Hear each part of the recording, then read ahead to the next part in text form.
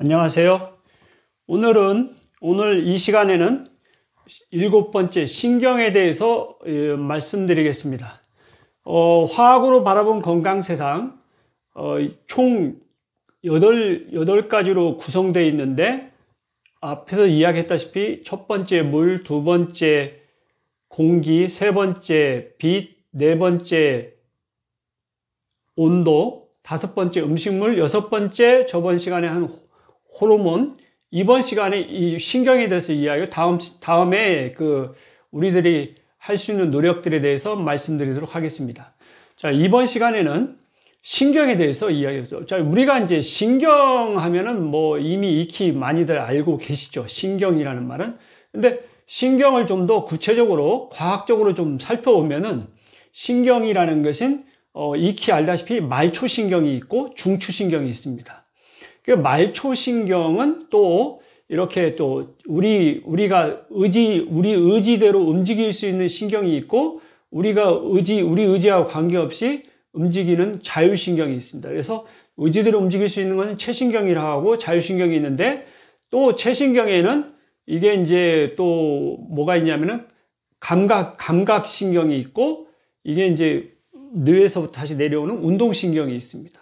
이와 같이 감각신경, 운동신경, 자율신경으로 구성되어 있는 것이 말초신경이라고 볼 수 있고, 중추신경에는 뇌신경과 여기 척수신경 두 개로 구성되어 있죠.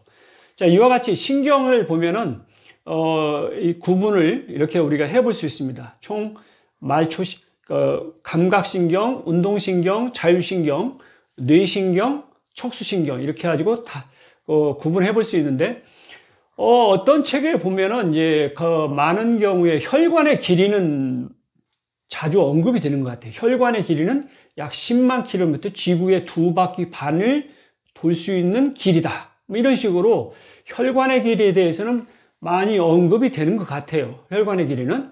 그런데 제가 이렇게 어느 책을 이렇게 봐도, 건강서적을 아무리 봐도 혈관의 길이는 언급되는 게 있는데 신경의 길이에 대해서는 언급이 없더라고요. 혈관의 길이가 있으면 신경의 길이도 어느 정도 나와야 될 텐데 왜 그게 언급이 되지 않을까? 그런 궁금증이 있었어요. 그래서 구글에서 이렇게 검색을 해서 찾아보니까 약 50만 킬로미터의 길이를 가지고 있는 게 신경의 길이다. 뭐 이런 그것을 본 적이 있어요. 자, 여러분, 혈관의 길이보다 신경의 길이가 길죠. 10만인데 50만이면 5배가 긴데, 저도 생각을 해봤어요. 이게 혈관의 길이가 10만 킬로인데 10만 킬로도 그 모세혈관 때문에 굉장히 길다고 우리가 생각할 수 있는데, 신경의 길이는 50만이면 더 훨씬 긴데 이게 어떻게 된 일이지? 그래서 제가 이제 생각을 해보니까, 아까도 이야기했다시피 이제 모든 혈관에 따라서 가면은 신경들이 거기에 같이 움직이게 돼 있어요. 신경이. 그래서 대부분 신경들이 가는데, 신경이 그러니까 아까도 이야기했다시피 감각신경, 운동신경, 자율신경, 그 다음에 이제 뇌신경하고 이제 척수신경이 있는데, 뇌신경, 척수신경도 상당히, 뇌신경에는 굉장히 신경세포가 많기 때문에 길이가 굉장한 것이 될 수 있고, 또 하나 자율신경이라는 데가, 자율신경이 교감신경과 부교감신경 이렇게 두 개로 또 나뉘어요. 그렇기 때문에 감각신경, 운동신경, 교감신경, 부교감신경, 이제 중추신경 이런 것까지 전부 합하면은, 그래서 한 50만 킬로미터 되는 것도 가능성이 있겠구나, 그런 생각을 해봤어요. 그럴 수 있을 것 같아요. 신경의 길이가, 그러니까 혈관의 길이보다 훨씬 긴 거죠. 그리고 또 여러분들이 이제 알게 되겠지만, 뇌신경에는 신경세포가 약 1000억 개 정도가 있다고 그래요. 1000억 개니까 그것들이 1000억 개를 더하면 그것도 상당한 길이가 되겠죠. 어쨌든 그렇습니다. 그리고 우리가 신경을 보면은 진짜 많아요. 뭐냐면은 뇌에도 신경세포가 많듯이, 또 우리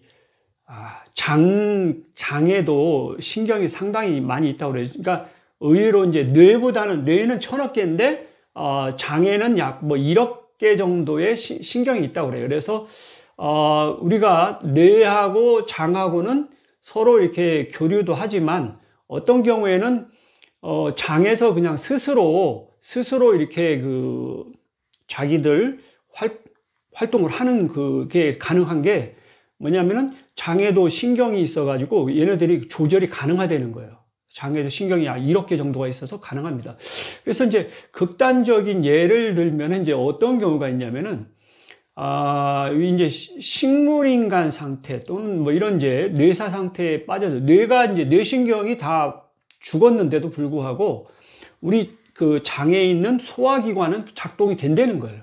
그러니까 보통은 뇌신경이 다 멎어버리면은 모든 신체 구조가 작동이 안 되는 게 일반적인 거거든요. 손발도 못 움직이고 모든 게 못 움직이는데 장은 스스로 움직인다는 것은 그래서 그거를 가지고 이야기할 때 장은 독특하게 신경세포가 1억 개가 있어 가지고 자기 스스로 조절하는 기능이 있기 때문에 뇌신경이 다 수업이 되더라도 멈추더라도 장은 활동이 가능한 그런 식으로 이야기를 합니다. 가능성이 있는 이야기 같아요.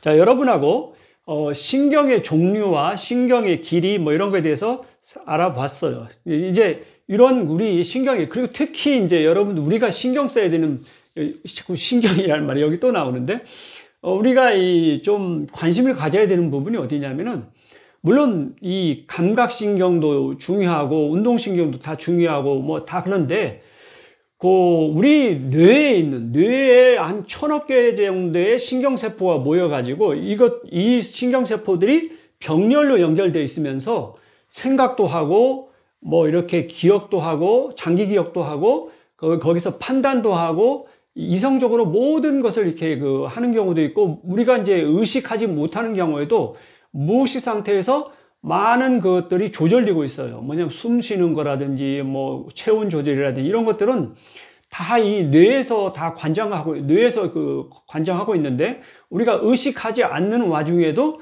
다 뇌에서 검색하고 항상성을 유지하면서 생명 활동을 이어가는 거죠.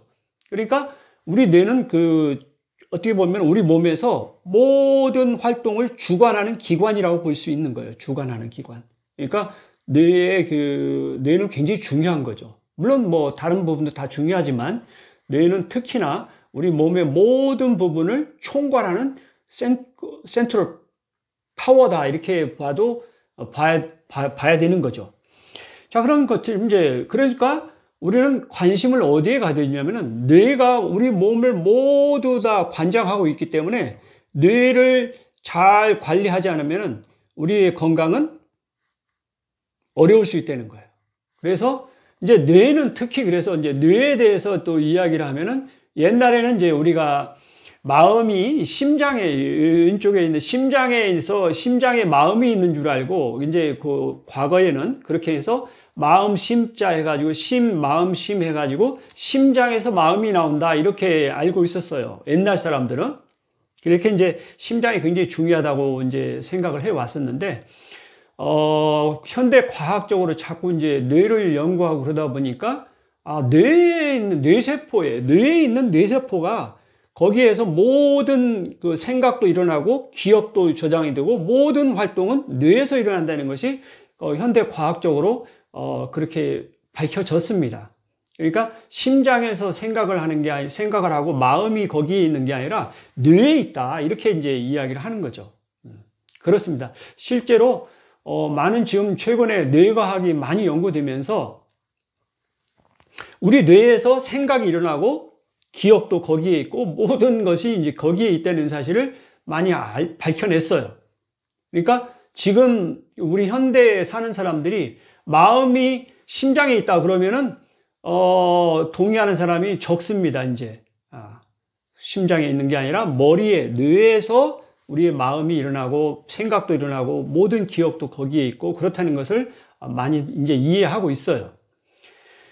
그런데도 심장은 굉장히 중요하죠. 심장은 왜 중요하냐면은 감정을 나타냅니다. 뭐 흥분이 된다든지 뭐 이렇게 기쁘다든지 그러면 감정이 이게 이제 뇌에 있는 그런 것들이 전달이 돼가지고 심장이 아주 이렇게 빠르게 반응을 해요. 빨리 심장 박동이 빨라진다든지 뭐 이완된다든지 그런 변화가 있기 때문에 우리의 감정을 느끼는 데 있어서는 심장이 굉장히 중요한 역할을 한다는 얘기예요.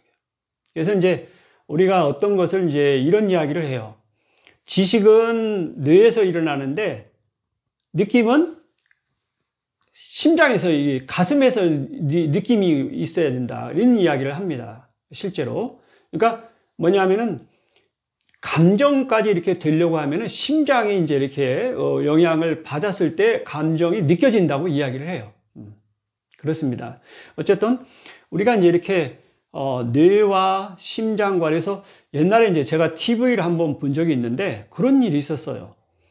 김수환 주기영님께서 나오셔가지고 TV에서 그런 말씀 하시는 거 보고 저도 깜짝 놀란 적이 있는데, 김수환 수행님 말씀이 우리 지식을 얻는 데는 1년이면 충분하대요. 지식은 뇌의 지식이 이렇게 우리가 이제 저장이 되는데, 그 지식이 뭐냐면은 느껴질 때까지는, 그러니까 뇌에서 심장까지 내려오는 느껴지는 데까지, 느끼느냐 못 느끼느냐, 지식을 가지고 있다고 해도 느끼지를 못하는 경우가 굉장히 많습니다. 그런데 느끼는 데까지 오는데 한 10년이 걸린다고 그래요. 10년이. 그리고 여기 느끼는데 발까지 가가지고 행동으로 옮기는 데까지 약 30년이 걸린다고 그러더라고요. 그래서 야, 이게 지식을 얻는데 1년인데 이게 느끼는 것이 한 10년 걸리고 또 이게 행동하는데 30년 걸리면 총 40년 이상이 걸리니까 참 오랜 세월이 걸리는구나. 그래서 김수환 주임께서 그 비유를 들어서 설명하시는데 참 어려운 이야기를 굉장히 우리 같은 사람이 쉽게 알아들을 수 있게 설명을 해 주시니까, 그러니까 이런 분이 대단하신 거구나, 그런 생각이 들었어요. 정말 그 이야기를 들어보면은, 우리가 이렇게 어떤 것을 알고 지식적으로 아는 것은 비교적 쉬운 반면에 그걸 느낌으로써, 자기 느낌으로서 가져간다는 것은 상당히 어렵다는 이야기죠. 그리고 그거를 실천하는 데까지는 더더욱 어려운 일이다. 그런 말씀을 그렇게 비유를 들어서 딱 설명해 주시니까 저도 금방 알아듣겠더라고요. 그래서 역시 고수는 다르다. 그런 생각을 했습니다. 제가 이렇게 설명하면서 어렵게 설명하는 것은 제가 초보고 이게 아주 이 수준이 낮기 때문에 그렇다고 이해를 해 주십시오. 정말 고수분들이 설명하면은 손쉽게, 알기 쉽게 잘 설명을 해 주시는 것 같아요. 저도 노력을 해야 되는데 이게 참 쉽지는 않은 일이죠. 그렇습니다. 하여튼 우리 마음이, 그러니까 신경을 지금 이야기하다가 이제 마음까지 왔는데, 우리 뇌에 있는 뇌 신경세포들이 1000억 개가 모여가지고 여기에서 모든 생각, 모든 것을 갖다가 우리 몸을 관리하는 센트럴 타워니까 이거를 또 다른 말로 마음이라고도 이야기할 수 있어요. 마음. 우리 마음이 그래서 우리 건강에 미치는 영향이 굉장히 크다. 이렇게 이야기할 수 있는 거죠. 최근에는 이제 뇌과학을 너무 열심히 해가지고 보니까 사람들이 어느 단계에 가니, 그러면 뇌에 있는 신경세포가 병렬로 연결돼가지고 이 생각을 한다면은 이거를 컴퓨터에 있는 회로도 한번, 옛날에는 직렬로 연결되어 있었는데 그걸 병렬로 한번 해보자. 병렬로 연결했더니 이 컴퓨터들이 생각을 하는 거예요. 그리고 판단도 하고 이 데이터 이렇게 이 대화도 하고 이러는 거예요. 그걸 이름하여 인공지능이라고 하는 겁니다. 인공지능. 그러니까 인공지능은 갑자기 출현한 게 아니라 뇌과학을 연구하면서 이거를 뇌의 작동 원리를 컴퓨터에다 한번 적용하면 어떻겠느냐. 그거를 응용해서 하다가 인공지능이 등장했는데 실제로 인공지능이 된다는 거예요. 지금 아주 놀라울 정도로 인공지능들이 여기저기 적용되고 있죠. 그런데 저는 보면은 앞으로 인공지능이 정말 좀 더 발전하면은 아주 이게 이제 정말 생각도 하고 모든 이 판단도 하고 이런 식으로 되면 우리 인간을 능가하지 않나, 좀 일말의 불안감도 없지 않아 있습니다.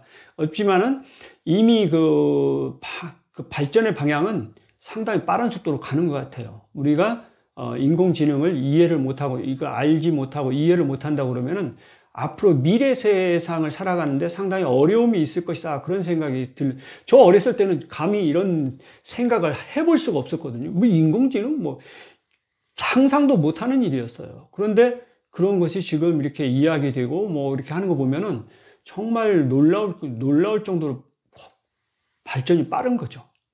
그렇습니다.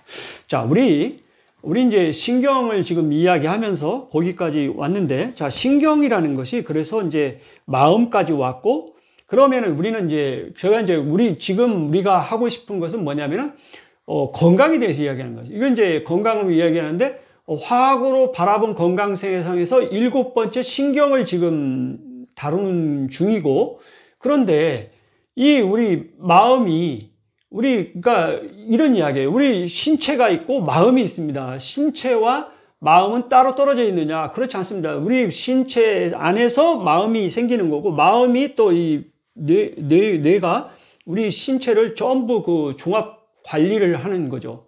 그래서 전 시간에도 이야기했지만 전에 호르몬, 6번째 호르몬에서는 이제 제가 호르몬이라고 해야 되는지 혈액순환이라고 해야 되는지 지금 좀 이제 조금 그 전에는 2년 전에는 호르몬이 이게 우리 몸을 종합 뭐 이렇게 관리하는 거 아니냐 그런 생각을 했는데, 조금 영역을 넓혀가지고 혈액순환을 해야 되는 거 아니냐 이제 그런 생각이 약간 들긴 해요. 그게 무슨 이야기냐면은 우리 이제 그 5가지 조건이 있습니다. 아까 물, 공기, 빛, 온도, 음식물은 5가지 조건으로서 물질이 물, 공기, 음식물이 물질이고, 빛 에너지와 온도는 열 에너지이기 때문에 에너지 2종류와 물질 종류 3종류가 이제 우리 몸을 이제 그 신체를 구성하는데 세포가 활동하는 데 있어서 아주 중요한 역할을 하는 5가지 조건이 될 수 있다고 볼 수 있어요. 그리고 6번째는 뭐냐면은 호르몬이라는 것은 그 많은 세포들이 있는데 60조 개의 세포가 있는데 그 세포들이 따로따로 그 각자 놀아서는 안 되죠. 우리 생명 활동을 하려면 일사불란하게 움직여야 되기 때문에 일사불란하게 움직이는 데 있어서 물질을 가지고 우리 그 60조 개의 세포를 일사불란하게 종합 관리를 하는 거죠. 그러니까 어떻게 보면 조화와 균형을 이끌어내는 방법인데, 물질을 활용해서 하는 방법이라고 볼 수 있어요. 물질을. 그래서 물질을 이동시켜 공급해주고, 또 물질을 이제 이렇게 노폐물 같은 걸 물질을 제거시켜주고 하는 그런 것들은 혈액순환에서 대부분 일어난다고 볼 수 있거든요. 그래서 혈액순환이 물질을 종합관리하는 거 아닌가 그런 생각을 해보게 되고, 지금 7번째 신경은 일종의 전기에너지를 통해서 전달이 되는 겁니다. 전기에너지. 그러니까 에너지 측면을 보면 우리 몸에 60조 개의 세포가 있는데 60조의 세포를 각각이 있는데 떨어져 있는데 이 세포들을 종합적으로 관리하는, 그러니까 조화와 균형을 이끌어내는 방법으로서 에너지를 활용하는 거죠. 에너지로 해가지고 전기 에너지를 통해서 하니까 굉장히 빠르게 굉장히 속도감이 있죠. 빠르죠. 그래서 그런 방법을 사용해서 우리 60조 개의 세포를 일사불란하게 움직일 수 있게 생명 활동을 할 수 있게끔 이끌어주는 거죠. 굉장히 중요합니다. 신경이. 그래서 신경을 만약에 우리가 이제 이건 이제 극단적인데 뭐 보통은 그러지 않겠지만, 만약에 발이 있어요. 뭐냐면 근육도 있고 뼈도 있고 다 있는데 신경이 만약에 안 가면, 신경이 차단되면은 움직이지 않아요. 그러니까 단지 신경이 안 갈 뿐인데 이 근육과 뼈와 이런 것들이 움직일 수 없는 거죠. 그거는 무슨 이야기냐면은 이것이 신경을 통해서 이 많은 세포들을 갖다가 관리를 하는데, 신경이 가지 않으면은 거기에 뭐냐면 정보가 가지 않는 거죠. 정보가 가지 않기 때문에 이게 움직이지 않는 겁니다. 그러니까 신경이 굉장히 중요한 역할을 하죠. 신경이. 그렇습니다. 신경이 굉장히 중요하니까, 신경이 가지 않으면은 또 거기에 뭐가 있냐면, 물론 혈관을 가 있다고 하더라도 신경이 혈관이라든지 그쪽에 가지고 신경이 쫙 다 깔려 있기 때문에 그 신경이 가지 않으면 혈관이 있어도 물질이 아무리 있어도 통제가 안 되는 거예요. 관리가 안 되는 거죠. 그냥 움직이지 않는 거예요. 그러니까 신경이 얼마나 중요한지, 신경이 먼저 컨트롤 된다는 거예요. 네, 그렇습니다. 신경이 그만큼 우리 몸에 있어서 굉장히 중요하고, 자, 그러면은 뇌에 있는 마음이 우리 육체 건강, 신체 건강에 지대한 영향을 미친다는 거예요.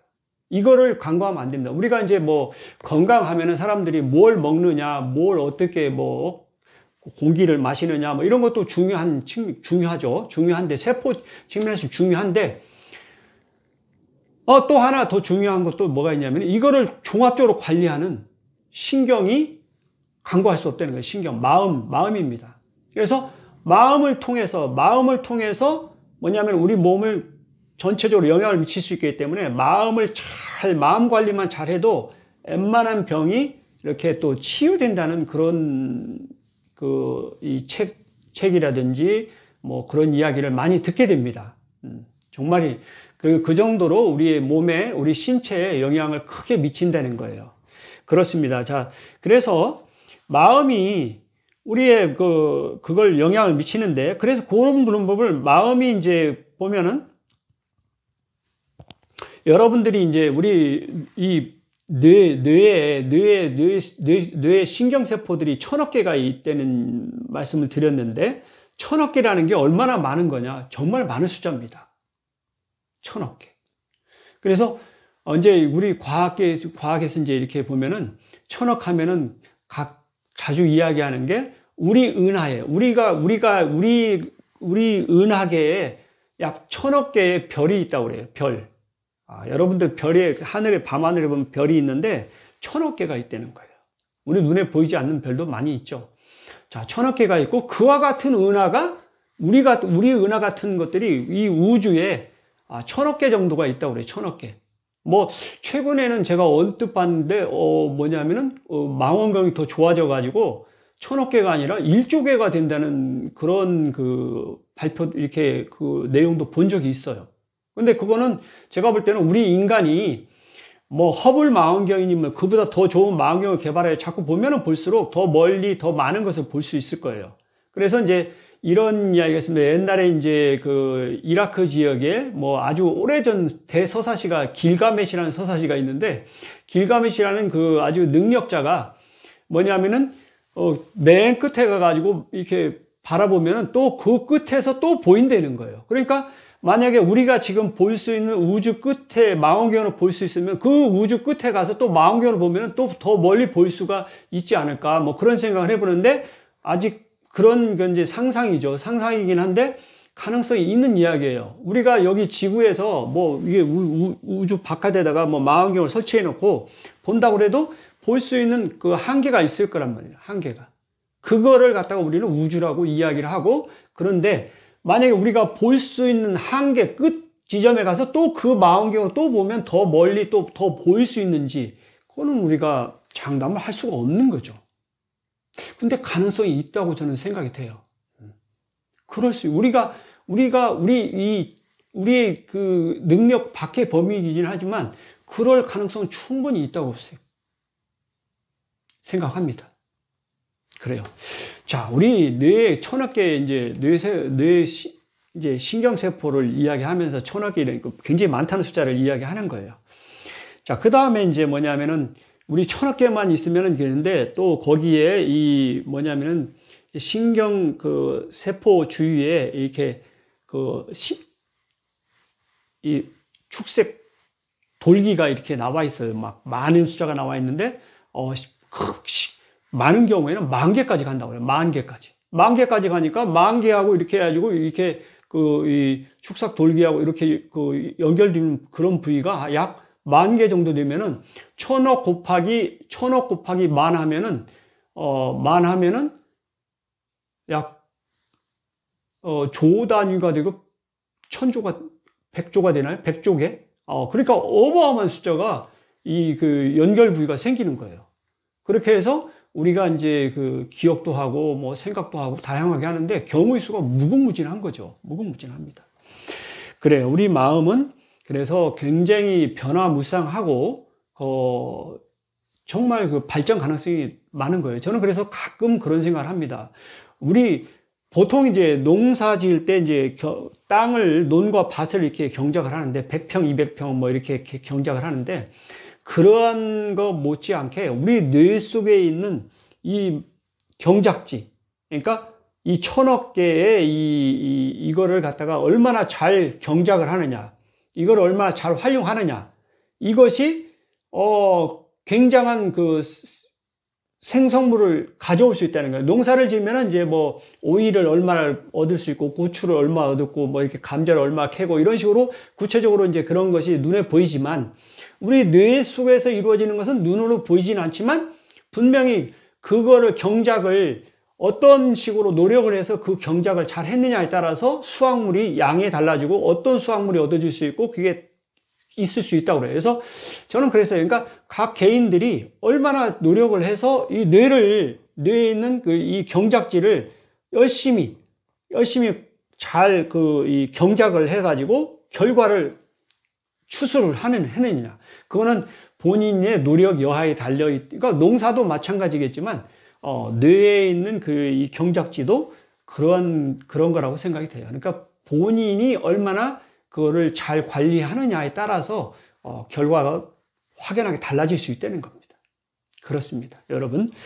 자, 그러면 이제 예를 들어서 한번 이 마음이 얼마만큼, 제가 이제 많은 건강 성적을 봤는데, 뭐 건강 성적도 보면은 이제 뭐 어떤 책에는 물이 중요하다는 책도 있고, 뭐 물이 중요하고 공기, 산소가 중요하고, 뭐 빛이 중요하고, 온도, 체온이 중요하고, 음식물이 중요하고, 뭐 각자 주장을 합니다. 그런 가운데 그런 그 여러 책이 있듯이 또 뭐냐면은 마음이 우리 건강에 굉장히 중요하게 영향을 미친다는 서적도, 건강 서적도 많이 봤어요. 그 예를 좀 이렇게 소개시켜 드리도록 하겠습니다. 자, 이기적인 뇌라는 책이 아힘 페터스라는 분이 쓴 이기적인 뇌라는 책에 보면은 우리 뇌는 이기적이라는 겁니다. 어느 정도로 여러분들이 이제 이기적 하면 좀 나쁘게 우리가 안 좋게 생각하는 경향이 있는데, 사실 이기적이라는 것은 뭐냐면 자기가 생존하는데 유리한 방향으로 가져가는 거죠. 자기가 생존하려고.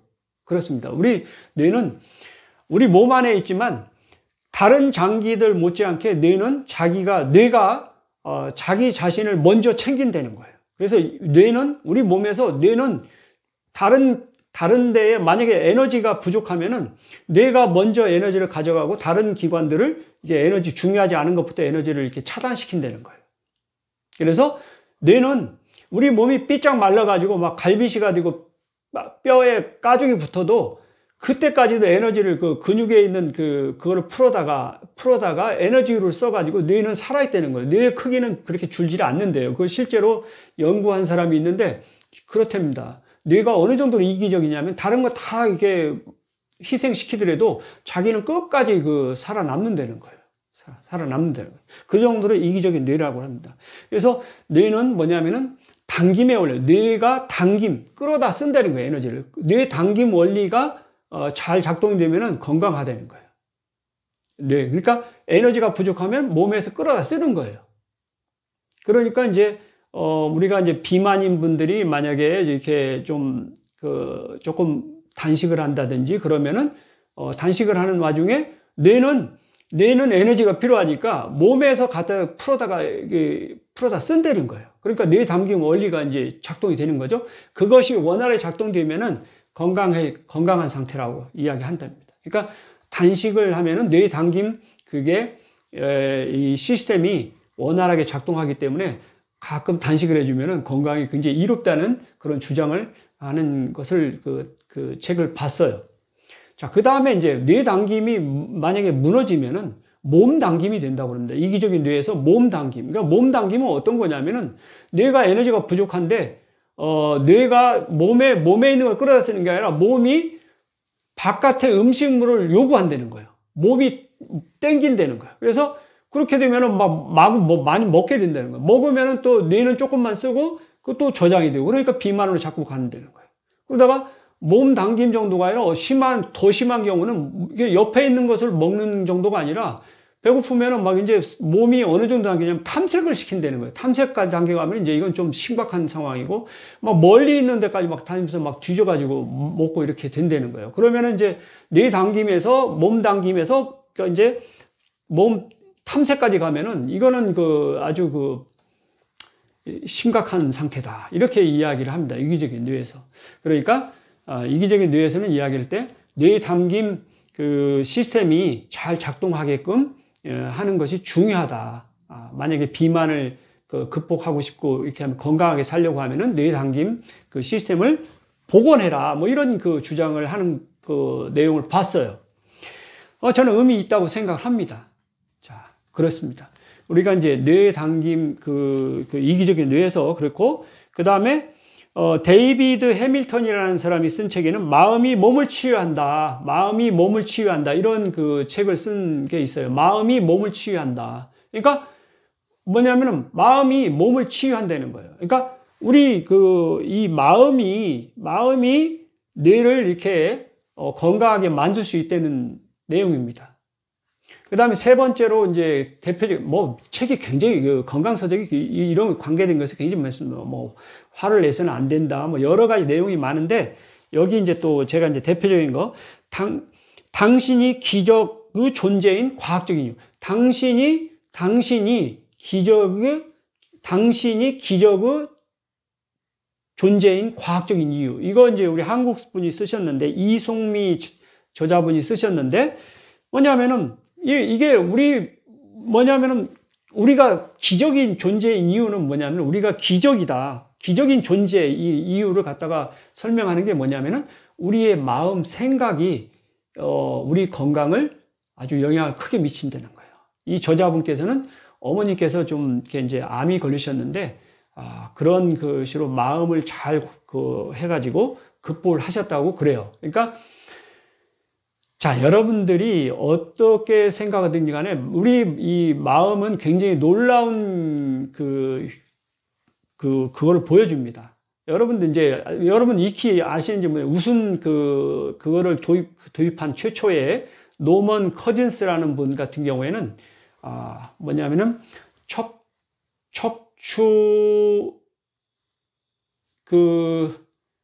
척추성 신경염인가? 그런 아주 불치병에 걸리셨는데, 긍정적인 사고와 웃음을 통해서 그 질병을 극복했다는 거예요. 그러니까 약을 가지고 극복한 게 아니라, 그러니까 마음을 가지고 극복한 거죠. 대표적인 사례로 아주 성공적인 사례로 이야기가 많이 됩니다. 그래서 우리 한국에서 최근에는 이제 뭐냐면은 웃음 치료사도 활동을 하시는 분들도 계시고, 그래서 웃음이 굉장히 건강에 도움이 된다는 그 이야기입니다. 그리고 긍정적인 것이 도움이 됩니다. 이러한 것이 있고, 자, 그 다음에 또 이제 여러분들이 이제 우리 마음에서 이야기하면은 스트레스를 빼놓고 이야기할 수 없어요. 스트레스를 받는다, 이렇게 스트레스가 쌓여서 이렇게 된다, 스트레스가 만병의 근원이다, 여러 가지 주장을 많이 하는 경우가 있어요.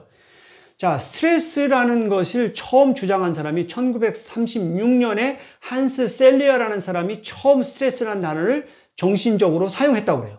그래서 그 이후로 이제 1936년 이전에는 그런 단어를 사용하지 않은 거예요. 우리 조선시대 때도 아마 스트레스라는 말을 사용한 사람이 없었을 거예요. 그런데 최근에 들어서는 우리 많은 사람들이 스트레스라는 말을 굉장히 자주 사용합니다. 과연 스트레스라는 게, 누가 처음 사용했는지 알고 보면은 그렇게 아주 먼 과거는 아니더라고요. 1936년이면은 거의 100년도 안 되죠. 그런 한스 셀리어라는 분이 이제 처음으로 해가지고 노벨 생리의학상을 이분이 이제 수상하십니다. 이걸로 스트레스 학설로 해가지고 수상을 하시는데, 공교롭게도 이 한스 셀리어라는 이분이 65세에 망상 육종이라고는 암에 걸리게 돼요. 망상 육종이라는 암에 걸립니다. 그러니까 육종이면은 근육 계통의 암인 것 같아요. 그러니까 그런 암에 걸렸어요. 그래서 암에 걸려가지고 이분이 암에 걸리고 나니까 보통 현대의학적으로는 수술을 한다든지 항암제를 먹는다든지 뭐 방사선 치료한다니 이 세 가지 방법이 굉장히 암 치료에서는 대표적인 방법인데 이분이 그걸 거부하고 난 그거 안 는다. 그리고 뭐 하냐면은 스트레스를 0으로 만들어서 암을 극복하겠다는 목표를 세웁니다. 스트레스를 제로로 만들어서 암을 극복한다. 여러분 어떻게 하면 스트레스가 제로가 되나요? 저도 그 처음에는 스트레스가 제로로 된다? 이게 무슨 말이지? 이거 물론 근데 이 사람은 스트레스의 대가니까 자기가 스트레스를 처음 주장했고 그러니까 스트레스에 대해 잘 아는 사람이죠. 그러니까 스트레스를 0으로 하면은 이 질병을 이길 수 있다 이런 그 이제 자기 목표를 세운 거예요. 그래가지고 여러 가지 시도를 했다고 그래요. 여러 가지 방법으로 어떻게 스트레스를 어디 누가 해본 사람이 없고 정답이 없잖아요. 그러니까 본인이 건강 실험을 하고 해서 그걸 얻어야 되는 거죠. 그러니까 이게 힘든 과정이죠. 그렇지만 도전을 했어요. 그래서 이런 방법 저런 방법 여러 가지 방법 써봤는데 잘 안 됐는데 마지막 한 가지 방법으로 성공을 했다고 그래요. 그 방법이 뭐냐면은 감사하는 마음을 가지는 겁니다. 감사하는 마음을 가졌더니 스트레스가 제로가 되면서 암이 사라졌다는 거예요. 이거는 한스 셀러의 성공담입니다. 여러분이 이 사람이 이렇게까지 그러니까 저는 이 사람이 스트레스라는 것을 주장을 했지만 또 공교롭게도 암이 걸려가지고 스트레스를 제로로 만들어서 암을 이겨내겠다는 목표를 세웠다는 게 참으로 놀랍습니다. 그래서 암을 극복했다는 거예요. 자, 여러분 스트레스라는 것이 그러니까 얼마나 무서운지도 반증하는 거예요. 그러니까 대부분 많은 경우에 스트레스 때문에 이 암이 발생한다고도 그래요. 그래서 스트레스를 줄이는 삶, 그거 굉장히 중요한 거 아닌가 그런 생각이 듭니다. 그래서 이상으로 여러 가지 이야기를 했는데 여러분들 마지막으로 제가 이제 이 신경 파트에서 그러면은 우리가 이제 스트레스라는 것을 조금만 한번 더 이야기를 해 보시죠. 자, 스트레스라는 것은 많은 사람들은 스트레스를 받는다고 이야기를 하거든요. 물론 받을 수도 있어요. 육체적으로 하는 것은 어떻게 보면은 심한 노동을 한다든지 심한 운동을 하든지 그러면 스트레스가 쌓이죠. 왜 쌓이느냐? 우리 근육이 심하게 움직이면은 피로물질이 쌓이거든요. 피로물질이 바로 스트레스 물질이라고 저는 젖산이라는 물질이 스트레스 물질이라고 생각이 드는데 그게 어느 정도 이상 쌓이면은 피로감을 느낍니다. 그래서 축구 같은 경우 열심히 뛰다가 나중에는 쥐가 나서 쓰러지는 경우가 있어요. 발에서 쥐가 나서 쓰러지는 경우는 뭐냐면은 거기 근육 사이에 젖산이 많이 나와가지고 피로물질이 쌓이고 스트레스 물질이 쌓여가지고 그게 이제 산성을 띠니까 산성이 어느 정도 이상 가면은 세포가 죽을 수 있습니다. 세포가 죽을 수 있으니까 우리 몸에서는 이제 뇌에서는 명령을 내립니다. 거기 이제 뭐냐면 움직이지 못하게 쓰러집니다. 그 막 못 움직이는 거죠. 움직이지 않아야 살 수가 있기 때문에 그런 거예요. 그래서 쥐가 나서 못 움직이고 쓰러져 있습니다. 그거는 뭐냐면은 우리 세포들이 살기 위한 몸부림인 거예요. 몸부림입니다. 그 스트레스가 쌓인 거죠. 스트레스 물질이 쌓인 거예요. 그런 경우에는 이렇게 빨리 느껴집니다. 스트레스가 이게 어느 정도 이상이니까. 근데 또 우리 몸에서 뇌에서 그거를 또 관리해요. 더 이상 움직이지 마라. 움직이지 않으면은 시간이 지나면은 그 피로 물질이 스트레스 물질이 없어져서 다시 정상으로 회복이 됩니다. 그거는 우리 몸에서 자동으로 알아서 하니까 그렇게 크게 문제되지는 않아요. 육체적인 신체적인 스트레스는 그래도 크게 문제 안 되는데 우리가 이제 많이 문제가 되는 게 어떤 거냐면 정신적인 마음의 스트레스예요. 마음의 스트레스는 이게 피로물질이 눈에 띄게 이렇게 보이질 않아요. 보이질 않고 계속 만들어내는 거예요. 우리 몸에서 만드는 거는 일정 양이 넘어가면 그냥 자동으로 몸이 못 움직이게 해서 그거를 관리를 할 수 있는데 이 정신적이고 마음적인 스트레스는 이게 멈출 수가 없다는 거예요. 멈추는 게 불가능하다는 거예요. 그렇게 이제 이게 너무 많아지면 이제 뭐냐면 질병으로 가고 암으로 가고 막 이러는데 그거를 누가 통제하느냐. 이거를 통제할 수 있는 사람은 본인 스스로 마음 관리를 잘 하는 수밖에 없다는 거예요. 그러니 이 정신적인 스트레스가 얼마나 무서운지를 이야기하는 거예요. 아까 한스 셀리어는 정신적인 스트레스를 자기가 제로로 만들면서 암을 극복했죠. 근데 많은 사람들은 그걸 하기가 쉽지 않다는 거예요. 할 수 있으면 좋죠. 그런데 어쨌든 그런데 이제 그거를 이 마음을 변화를 시켜서 그걸 노력을 마음 관리를 열심히 해서 질병을 극복하고 암을 극복하는 분들이 종종 계세요.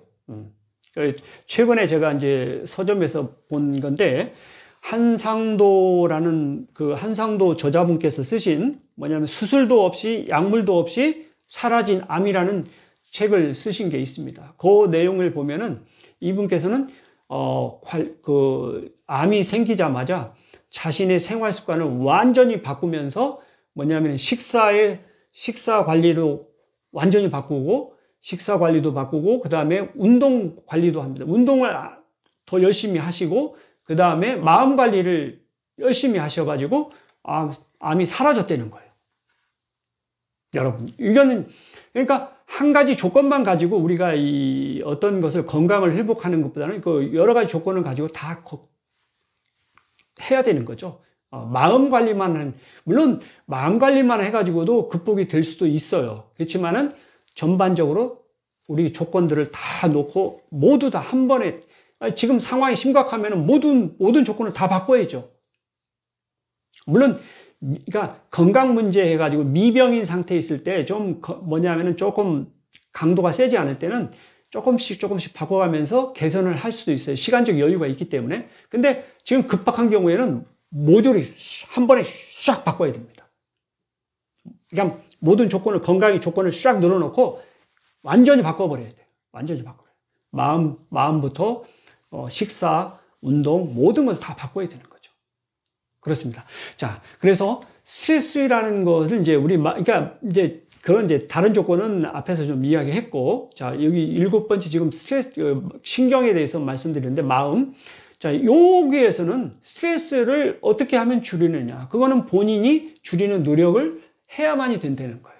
스트레스는, 저는 그래서 이제 어느 날 앉아서 이렇게 생각을 해봤어요. 스트레스라는 것은 과연 남이 나한테 주는 거냐? 내가 만드는 거냐? 그걸 생각해 봤는데, 스트레스를 만약에 주고 받을 수 있다고 그러면은, 받았다고 얼른 다 줘버리면 금방 해결돼 버리거든요. 그래서 내가 그래서 스트레스 많이 받았고 쌓아놓은 사람이 있다고 그래요. 그래서 그 앞에서 이야기를 해봐요. 스트레스 그거 50%만 떼어서 나 주어라. 그러면 50%가 경감되니까 얼마나 좋아요. 그래서 50%만 떼어서 달라고. 그런데 달라고 했는데 안 줘요. 왜 안 주느냐고요. 그럼 물어보면은 어떻게 주지? 물어보는 거예요. 그럼 어떻게 스트레스를 줄 수 있지? 그렇게 물어보는 거예요. 그러면 스트레스는 어떻게 받았지? 역으로 한번 생각해보면은, 아니, 이게 주고받는 관계가 받았으면 줄 수도 있어야 되는데, 받긴 했는데 줄 수는 없다는 거예요. 그러면은 이건 뭔가, 논리적으로 맞지가 않는 거죠. 받았다는 것 자체가 논리적으로 안 맞는데, 사람들은 스트레스를 받았다고 이야기를 해요. 스트레스를 받은 건 걸까요? 근데 사람들은 스트레스를 받았다고 그래요. 그래서 스트레스가 쌓인다고 그래요. 그래서 왜 받아서 쌓아놓는 거? 그게 좋은 거면 받아서 쌓아놓으면 좋은데, 안 좋은 건데 일부러 받아서 그걸 쌓아놓는 그 이유는 뭘까? 이해를 못하겠. 근데 줄 수 없다는 데서 이제 알게 되는 거죠. 스트레스를 줄 수가 없는 거야. 주려고 하는데 줄 수가 없는 거예요. 그러면, 줄 수 없는데, 내가 줄 수 없는데 받았다는 것도 좀 말이 이상하거든요. 그러니까, 이게 뭐지? 그런데 저는 그래서 그거를 이렇게 이야기합니다. 스트레스는 본인이 만드는 겁니다. 본인이 스트레스를 만드는 거예요. 받는 게 아니고, 저는 그렇게 생각해요. 그래서 저는 가능하면 스트레스를 만들고 싶지 않아요. 왜? 좋은 거면은 만들어서 이렇게 쌓아두면 좋은데, 좋지 않은 건데 왜 만들어서 쌓아놓으려고 노력을 하느냐 말이에요. 저는 그래서 그거를, 그전에도 좀 긍정적으로 살긴 했지만, 이 스트레스에 대해서 알고 난 이후로는 더더욱 스트레스는 절대 가능하면 만들지 말자. 만들지 말고 쌓아놓지도 말자. 좋지도 않은 걸 왜 만들고 쌓아놓느냐 말이에요. 그렇습니다. 여러분들 스트레스에 대해서 한번 생각을 해보세요. 스트레스, 우리 마음에 관리할 때 스트레스 관리가 굉장히 중요하거든요. 근데 스트레스는 저는 주고받는 관계가 아니라 본인이 어떤 사람은 스트레스를 많이 만드는 사람이 있고, 어떤 사람은 똑같은 상황인데 스트레스를 거의 안 만들고 그냥 뭐 태어난 사람이 있어요. 어떤 사람은 막 굉장히 가슴 졸이면서 스트레스를 엄청 만들어가지고 힘들어하는 사람이 있어요. 그런 관계를 보면은 똑같은 상황에서도 어떤 사람은 스트레스를 많이 만드는가 하면 어떤 사람은 거의 안 만드는 사람도 있어요. 한스 셀리어 같은 사람은 스트레스를 0으로, 제로로 만드는 노력을 해서 암을 극복했다잖아요. 그렇다면은 스트레스를 내가 관리할 수 있다는 거예요. 그건 이제 스트레스를 관리하려면 그 쉽지는 않겠죠. 마음의 수양을 쌓아야 될 거예요. 내공이 이제 있어야 그게 쉽게 될 거예요. 저는 그래서 큰 스님들은 내공이 많이 쌓여서 스트레스를 거의 만들지 않을까 그런 생각을 해봅니다. 존경스러워요. 그러니까 계속 마음 공부를 하시니까 뭔가 이 깨달은 바가 계시고 그래서 스트레스를 아마 안 만드실 거라고 생각이 돼요. 존경스러운 거죠. 그렇습니다. 우리는 물론 뭐 그렇게까지 굉장한 경지까지는 가지 못하더라도 평소에 가능하면 스트레스를 적게 만들려고 생각하고 노력하고 그런 마음 관리를 하는 삶을 산다 그러면은 우리는 어떻게 보면 건강의 하나의 조건, 신경, 마음 이쪽에서 잘 해서 우리 건강을 좋은 방향으로 이끌어 갈 수 있다고 생각해요. 우리 조건들이 지금 7가지 조건에 대해서 살펴봤는데 우리가 이 조건들을 하나하나가 뭐 물론 안 중요한 게 없지만 하여튼 각 조건에 어떻게 하면 최적의 조건을 가져가고 이런 것을 할 수 있는지를 평소에 생활하면서 항상 생활하면서 생각하면서 그거를 이렇게 생활하신다면은 여러분들이 건강한 삶을 살 수 있다고 저는 확신합니다. 여러분 이 7가지 조건에 대해서 항상 생각하면서 건강한 삶을, 건강하고 행복한 삶을 영위하시기를 바랍니다. 자, 오늘 신경에 대해서 말씀드렸습니다. 여러분 항상 구호 마치고 마치도록 하겠습니다. 자, 소중한 나, 건강한 행복. 감사합니다.